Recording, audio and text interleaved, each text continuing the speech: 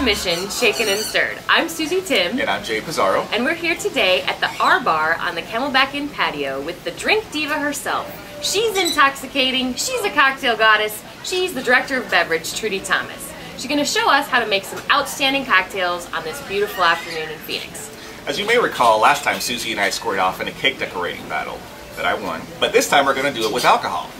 Jay may have taken the cake, so to speak. I'm really feeling confident about my shaken and stirred abilities today. We'll test our skills and then we're going to present these libations to our friends. So, the winner's going to go home with pride, dignity, and this skewered olive stick. And well, the loser's just a loser. Let's get shaken. Trudy, you have quite a history in the industry with your cocktail prowess. So we trust you're going to tell us about some great tips, ways that the home cook can make an awesome cocktail at home, and maybe give us some secrets. Oh, absolutely. First thing you want to do is have a good set of tools. This is called a Boston shaker. You have two pieces. You have a metal tin, you have a mixing glass, and you use this to build the drink in, this to shake, and for building this, put that on top, pop it to seal it in place.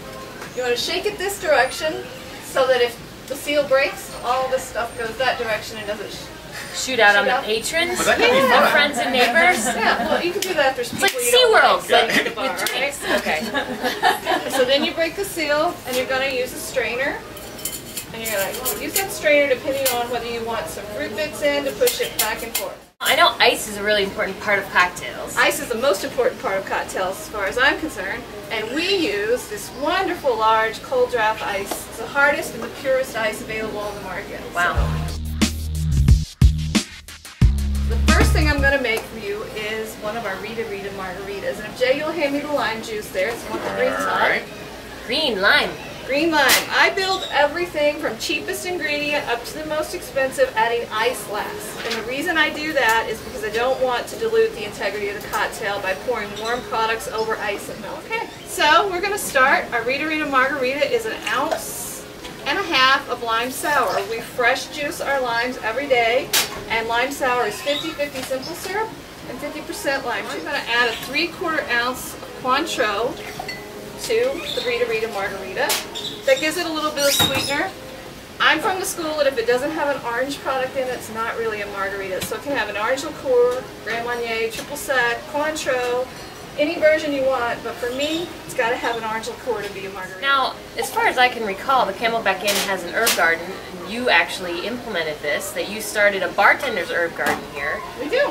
And so everything from this mint to what else? Rosemary? We have rosemary, we have 3 different kinds of thyme, 4 different kinds of sages, 4 different mints like apple mint, chocolate mint. We have lavender, stevia. Wow! Sweet lemon. Marigolds, different things. And then we're going to, I'm going to pull it tight and just pour it into my glass. Wow. And that is the Rita margarita. Do you have any, do you think like salt, like, you know, ruins the margarita, or what do you think? I think it's personal preference. Some days I like salt, some days I don't. So If you're feeling salty? I'm feeling salty. What other trends are you seeing right now in the industry? Handcrafted is still very important. We're also seeing Prohibition era cocktails be important, being cocktails created before, during, and after Prohibition. There were quite a few cocktails created during Prohibition to mask how bad the bathtub gin What's the most interesting ingredient that you've ever put in a drink?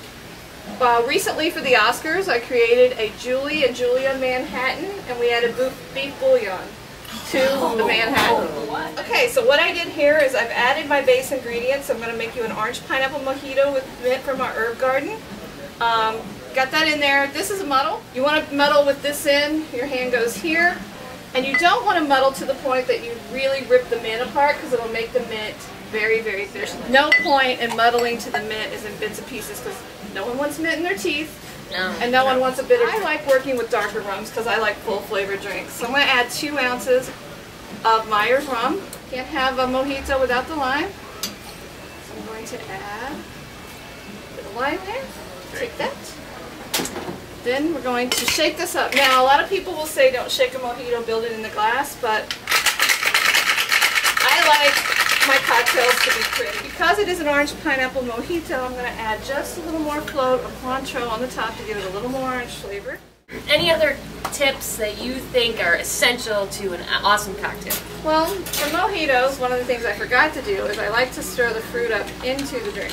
So this is a bar spoon, and you just pull all the flavors together. That way your first drink is not all soda. Cool. Okay. Rinse everything in between so you're not combining flavors. And actually just have fun with it. Cool. Figure out how to balance everything together. So, awesome. Jay, do you feel like an expert now? Or? I am ready to go. You're ready to go? Yes. So now, Trudy has prepared a secret ingredient for both of us to utilize in creating a cocktail that we will serve to our lovely panel of friends and neighbors. So we will be mixing. We have about 15 minutes to come up with our own recipes, and then we'll serve it to the judges and find out who is the winner. So, in this case, Susie, be prepared to be chewed up and spit back out, but I guess muddled and poured back out works too. Whatever. You're going down. Down, down, down.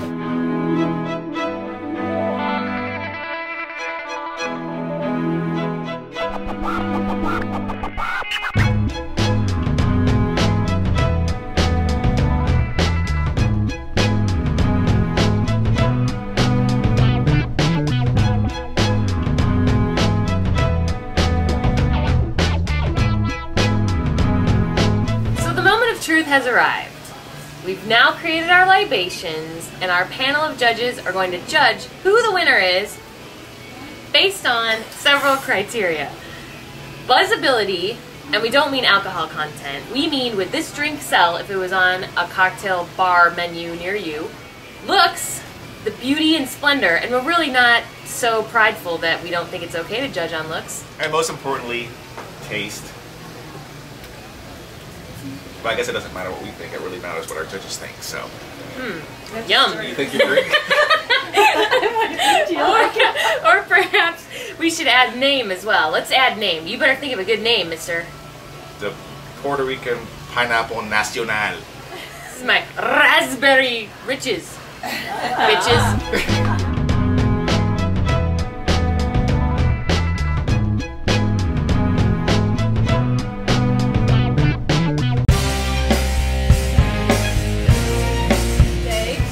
Judges have spoken, and the winner of the olive skewer is Susie with a score of 61. Ooh, 61. And Jay's score of 53. Man. On guard. What was that about being a loser? Chick drinks, I'm telling you. It's set up. Thanks, Jay. Pleasure doing business with you.